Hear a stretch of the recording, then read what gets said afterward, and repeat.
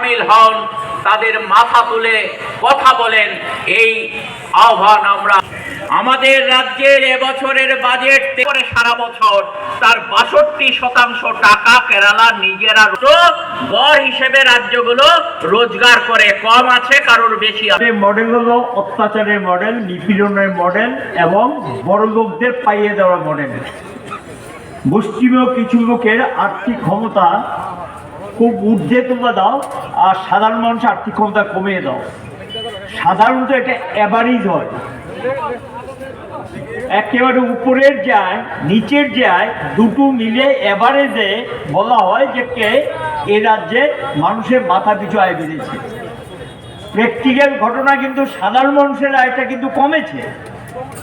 আয় বেড়েছে আদানি আম্বানির মতো কিছু বড়লোক একচিটিয়া পুঁজি ধনিক বণিকদের আয় বেড়েছে, সাধারণ মানুষের কোনো আয় বাড়েনি।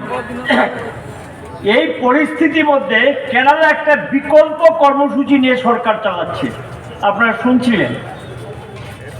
বিকল্পটা কি? ১০০টা মানুষের মধ্যে ৯০টা মানুষ যারা শ্রমজীবী, হতে পারে কৃষিজীবী, হতে পারে ক্ষেত মজুর, হতে পারে শিক্ষক কর্মচারী, হতে পারে ব্যবসায়ী, হতে পারে কোনো না কোনো কাজের বিনিময়ে জীবিকাটা নির্বাহ করে। এই মানুষগুলোর কল্যাণের জন্য বহুমুখী কর্মসূচি নিয়েছে, যেটা ভারতবর্ষে কোনো রাজ্যে এত কর্মসূচি নিতে পারেনি। গভীর ষড়যন্ত্র চলছে সরকারটাকে ক্ষমতা থেকে হটিয়ে দেওয়ার জন্য। 2026-এ বিধানসভা নির্বাচন, টার্গেট বামপন্থী গণতান্ত্রিক যে সরকারটাকে সরকার থেকে উচ্ছেদ করতে হবে। তাহলে কি করতে হবে? একদিকে রাজনৈতিক গভীর ষড়যন্ত্র, আরেক দিক দিয়ে আর্থিক অবরোধ। তারা এমন কোন সেক্টর বাদ নেই যাদের জন্য ভাতা দেননি। ভাতার পরিমাণও কিন্তু অন্যান্য রাজ্যের তুলনায় অনেক বেশি। এখন কি করো? টাকাটা আটকিয়ে দাও। যেই টাকাটা সেন্টার থেকে পাওয়ার কথা, স্টেট থেকে যে আয়টা পাওয়ার কথা, এর ভিত্তিতে কিন্তু বাজেটটা তৈরি হয়। সেন্ট্রালের শেয়ার আসে না, রাজ্যের আয়ের উপর হস্তক্ষেপ। এই পরিস্থিতিতে তাহলে তারা ভাতার টাকাটা দিতে পারবে না। এখন অনেক ক্ষেত্রে ঠিকমতো ভাতার টাকাটা দিতে পারছেন না। এই ধরনের অবরোধের জন্য এই অবস্থা তৈরি করেছে।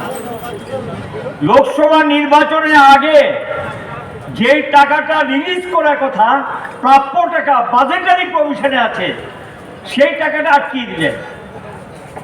লক্ষ্যটা কি?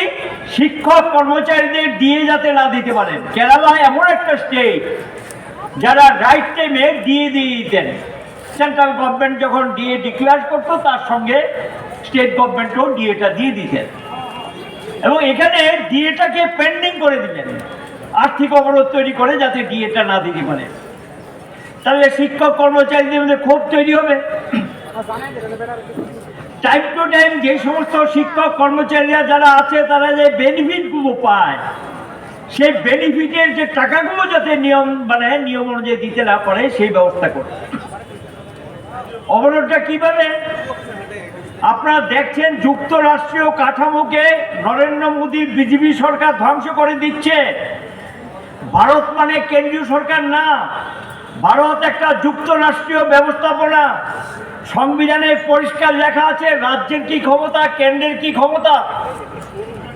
টাকা তো কেন্দ্র কিছু নিজের আয়ের তারা ইম্পোর্ট, এক্সপোর্ট এবং সেস ইত্যাদি বসায়।